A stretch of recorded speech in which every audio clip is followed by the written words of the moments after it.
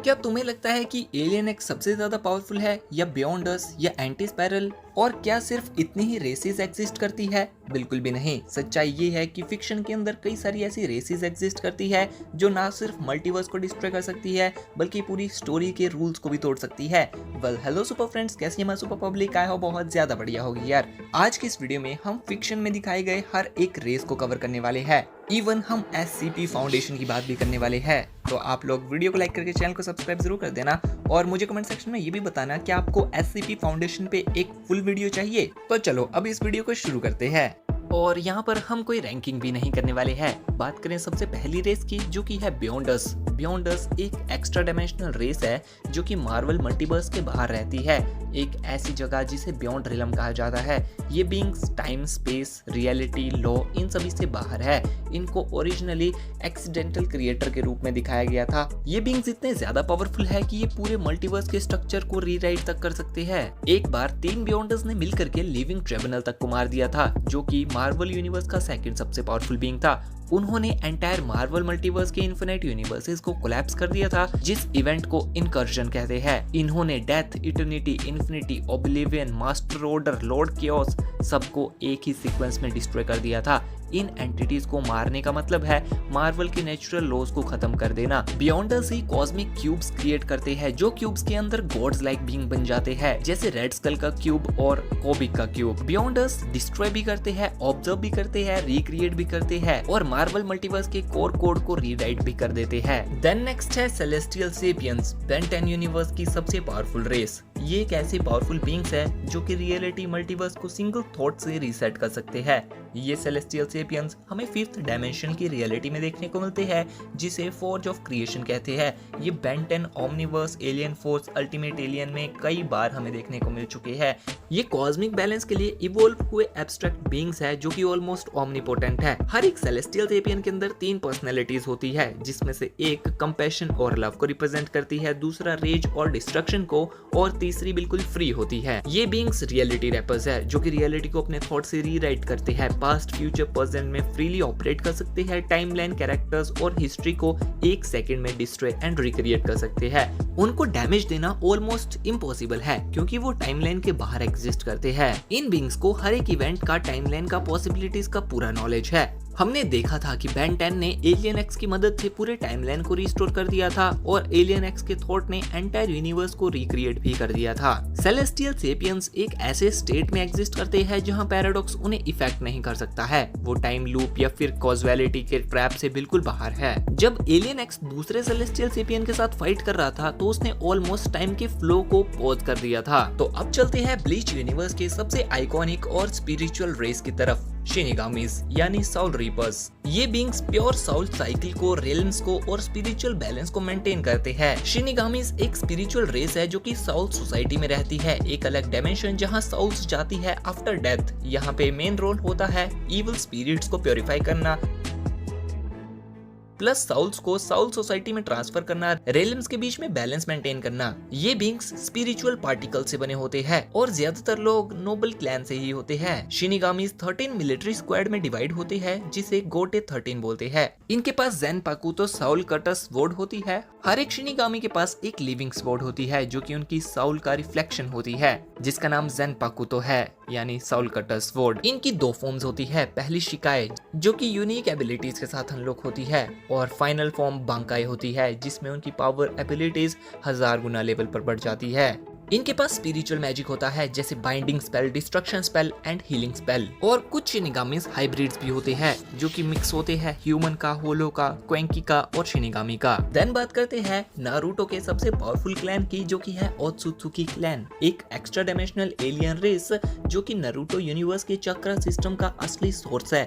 इनका ओरिजिन एक अलग ही हायर डायमेंशन से हुआ था, जहाँ ये बीइंग्स चक्र फ्रूट्स को हार्वेस्ट करने के लिए गोड ट्री को ग्रो करते हैं। ये प्लांट्स इन्वेट करते हैं और सिविलाइजेशन का डीएनए कंज्यूम करके इवोल्व होते हैं। ये लोग अपने प्योर बायोलॉजिकल परफेक्शन को मेंटेन करने के लिए एंटायर प्लैनेट्स को डिस्ट्रॉय करते हैं। इनका काम होता है चक्र कलेक्ट करना और इमोर्टल रहना। इस क्लैन में सबसे ज्यादा पावरफुल इशिकी ओत्सुत्सुकी हमें देखने को मिली थी। ओत्सुत्सुकी क्लैन के काफी बड़े बड़े फीट्स हमें देखने को मिले थे, जैसे पूरे अर्थ को एटर्नल ड्रीम में डाल देना या फिर इशिका का ऑब्जेक्ट्स को डिफरेंट डायमेंशन में ट्रैप कर देना माइक्रो सेकंड्स के लिए, या फिर यूनिवर्स की अलग अलग रियलिटीज में ट्रेवल करना। इसी क्लैन ने चक्रास को क्रिएट किया है। निंजा सिस्टम, वार, पावर सब ओत्सुत्सुकी की ही लेने से हमें देखने को मिली है। नारुतो और सास्के के गॉड लेवल पावर्स भी इन्हीं की वजह से पॉसिबल थे। बरूटो सीरीज का तो मेन प्लॉट ओत्सुत्सुकी का इन्वेजन ही था। एंड देन है एंटी स्पाइरल की रेस। ये कोई विलन या इंसान नहीं, ये एक पूरी एक्सटिंक्ट सिविलाइजेशन है जो कभी एक स्पाइरल रेस हुआ करती थी लाइक ह्यूमंस। लेकिन जब उन्हें समझ आया कि स्पाइरल एनर्जी इनफिनाइट है और वो किसी भी दिन स्पाइरल नेमेसिस यानी मल्टीवर्सल कोलैप्स ला सकती है, तो उन्होंने अपने आप को इवॉल्व करने से रोक दिया। उन्होंने पूरे एवोल्यूशन को डिनाई करके खुद को इमोशनलेस, थॉटलेस और सुपर इंटेलिजेंट बीइंग में कन्वर्ट कर दिया और बन गया the anti spiral. Anti spiral ने मल्टीवर्स यूनिवर्स की स्पाइरल एनर्जी को सप्रेस किया है और एंटी स्पाइरल ने एक डेथ स्पाइरल मशीन बनाई थी जो कि स्पाइरल एनर्जी को एब्जॉर्ब करती है। उन्होंने हर प्रोटैगनिस्ट का इविल वर्जन बनाया है, जैसे इविल साइमन, योको या वायरल। एंटी स्पाइरल के पास उसकी रेस की सारी ही पावर्स है। वो हर अटैक को काउंटर करता है, मतलब वो एक ऐसे फील्ड को जनरेट करता है जो कि फ्यूचर को प्रेडिक्ट करके उसके अटैक्स को आराम से काउंटर कर सकता है। वो अपने ओरिजिनल फॉर्म में सुपर टेंजेंट टोपा गैरेन लैगन के लेवल पर गया। इनकी final battle super dimensional hyper space से भी बियॉन्ड एग्जिस्ट करती है। एंटी स्पाइरल कोल्डली लॉजिकल है, मतलब उसको दर्द, सिंपैथी या इमोशंस जैसी कोई भी चीज फील नहीं होती है। एंटी स्पाइरल एक गॉड नहीं, एक आइडिया है जो कि एवोल्यूशन से डरता है। नेक्स्ट हम बात करने जा रहे हैं ड्रैगन बॉल जी की कोर रेस की, जिसका नाम है साइयंस। साइयंस ओरिजिनली एक वॉरियर रेस थी जो कि प्लेनेट सडाला पे रहती थी। They are violent, hyper competitive and born with only one purpose, that is battle and conquest. But planet Sadala destroy हो चुका है और अभी सिर्फ कुछ ही गिने चुने साइयंस बचे हैं जिन्होंने प्लेनेट वेजिटा को बेस बनाया। साइयंस सोसाइटी स्ट्रेंथ बेस्ड हायरार्की में काम करती है।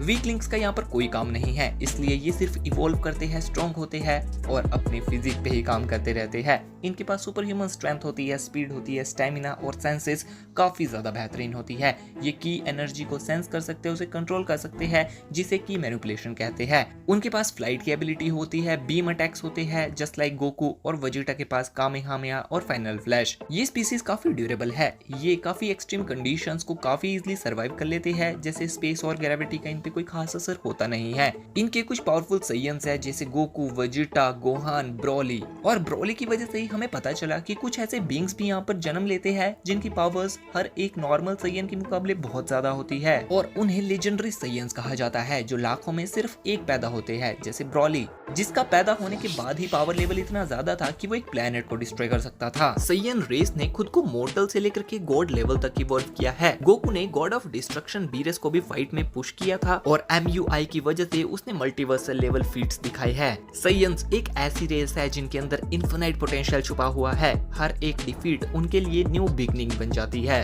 बात करें नेक्स्ट रेस की, जो की है चोसिन, जो कि टेंचिमयो यूनिवर्स से बिलोंग करती है। चोसिन एक रेस ऑफ 3 गॉडेस है जो कि टेंचिमयो यूनिवर्स में एग्जिस्ट करती है। ये तीनों है सोनामी जो कि goddess of life and creation है, तोकिमी जो कि goddess of time and dimension है, एंड वाशु जो कि goddess of knowledge and logic है।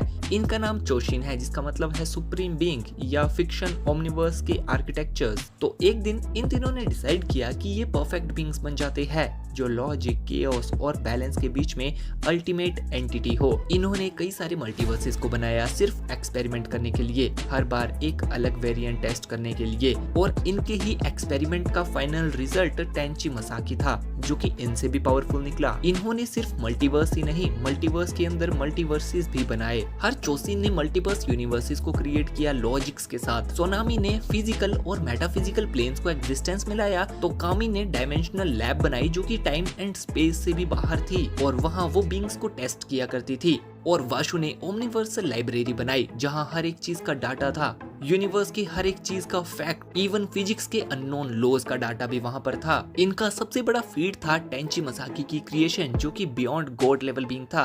उसकी प्रेजेंस से ही मल्टीवर्सेस कोलैप्स हो जाते थे। ये बीइंग्स साइंस और डिविनिटी का ब्लेंड है। इनका सबसे बड़ा गोल था व्हाट इज परफेक्शन। उन्होंने कभी डायरेक्ट कंट्रोल नहीं किया, वो ऑब्जर्व और क्रिएट करती रही। चेओस का काम एक्सपेरिमेंट और इवॉल्व करना था। ये ना तो एलियन है और ना ही गॉड, ये है क्रिएटर्स ऑफ क्रिएशन इटसेल्फ। इन्होंने अपने इतने सारी एक्सपेरिमेंट के बीच में एक दिन ऐसा बीइंग बना दिया जिसे देख के वो खुद भी हैरान थी, जिसे देख के उन्होंने ये चीज कही थी कि we have created something beyond us. तो अब बात करते हैं ऐसे बीइंग्स की जो ना तो गॉड्स है, ना एलियंस है, ना ही कॉस्मिक बीइंग्स है। ये कॉन्सेप्ट का लिविंग फॉर्म है जिनके बिना डीसी मल्टीवर्स कोलैप्स कर जाएगा। यानी हम बात कर रहे हैं द एंडलेस की।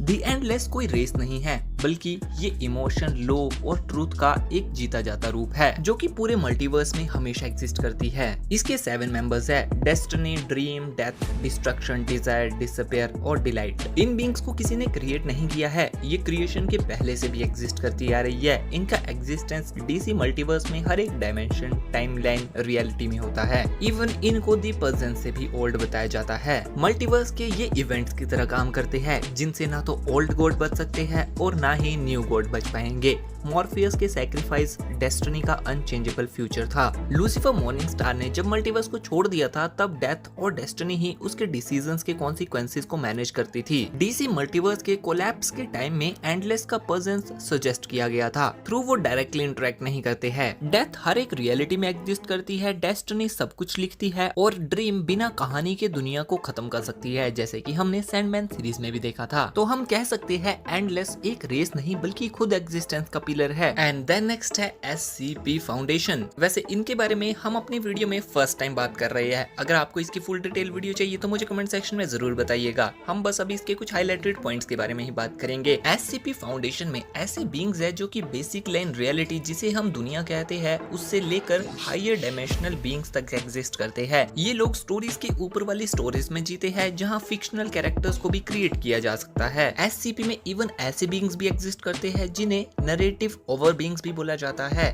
जैसे SCP-3812 जो कि एक टाइम में ह्यूमन था, सैम। ये एक नॉर्मल रियलिटी में रहता था लेकिन किसी अनजान कॉस्मिक ग्लिच की वजह से वो असेंड करने लग गया। वो हर एक रियलिटी को देखने लग गया, उसे ओवरराइड करने लग गया। उसका माइंड इतना फ्रैक्चर्ड हो गया कि वो हर एक रियलिटी को साइमल्टेनियसली जीने लग गया। वो स्टोरीज के अंदर स्टोरीज को रीराइट करता है। हर फिक्शन लेयर के ऊपर वो एग्जिस्ट करता है, किसी भी कॉन्सेप्ट्स और किसी भी रियलिटी को डिस्ट्रॉय कर सकता है। वो हर एक रियलिटी को अपने विल से बदल सकता है बिना किसी लिमिट के। उसको कोई भी SCP कंटेन नहीं कर सकता है। देन हमें इन्हीं के बीच में स्कारलेट किंग भी देखने को मिला था जो कि SCP यूनिवर्स का कॉस्मिक इवल बीइंग है। ये अपनी पावर से रियलिटी के स्ट्रक्चर्स को चेंज कर सकता है। ये क्रिएशन के एग्जिस्टेंस का एनिमी है। कुछ थ्योरीज में वो कई SCP टाइमलाइंस को कंट्रोल करता है। इवन जब मैं इसकी डिटेल्स पढ़ रहा था तो मैंने पढ़ा कि इसका नाम लेने तक से भी फेयर जनरेट होता है। SCP के यूनिवर्स में मल्टीपल लेयर्स है, जैसे बेस ह्यूमंस, फिर SCP timeline, then author, then narrative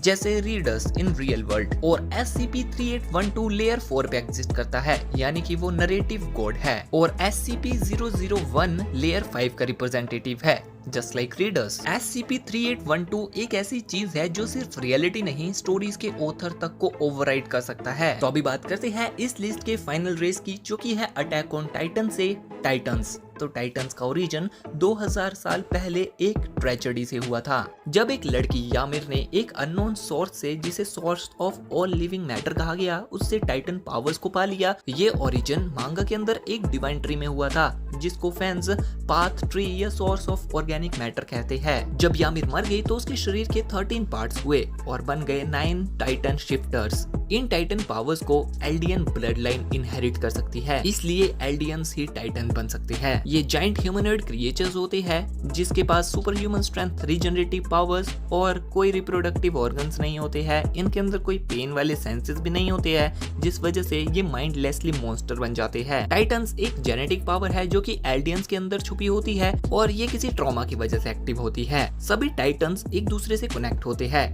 और ये एक इनविजिबल पाथ से कनेक्ट होते हैं जो कि टाइम और स्पेस से भी परे है। ये यामिर का स्पिरिचुअल वर्ल्ड है, वो हर एक टाइटन फॉर्म को पर्सनली बनाती है। यहाँ पर टाइम लीनियर नहीं होता है, इसलिए एरन ने पास्ट को भी पूरी तरह इन्फ्लुएंस कर दिया था। टाइटन्स नेक के एक स्पेसिफिक स्पॉट में मारने की वजह से ही मरते हैं। नॉर्मल ह्यूमंस के लिए टाइटन्स को मारना सिर्फ एक मैन्युवर केयर की वजह से ही पॉसिबल हो पाता है और फाउंडिंग पावर सिर्फ रॉयल ब्लड वाले ही पूरी तरह यूज कर सकते हैं। अटैक ऑन टाइटन में टाइटन्स सिर्फ एक जाइंट मॉन्स्टर मॉन्स्टर ही नहीं बल्कि एक कर्स है, एक ब्लड लाइन वॉर और एक एंशिएंट डिविनिटी का सिंबल है। फाउंडिंग टाइटन की पावर टाइम और मेमोरी को तोड़ देती है। बीस्ट टाइटन अपनी स्क्रीम से आर्मी को बनाता है और कोलोसल टाइटन पूरे शहर तक को अपने ब्लास्ट से उड़ा सकता है। तो इसी के साथ ये लिस्ट यहीं पर खत्म होती है। और अगर आप किसी और रेस को जानते हो जिसे मैंने वीडियो में मेंशन नहीं किया है तो मुझे कमेंट सेक्शन में जरूर से बता दीजिएगा। ये वीडियो अच्छी लगी तो वीडियो को लाइक जरूर कर देना। आज के इस वीडियो के लिए इतना बहुत है। अभी आप लोगों से मिलते हैं नेक्स्ट वीडियो में, तब तक के लिए bye and thanks for watching.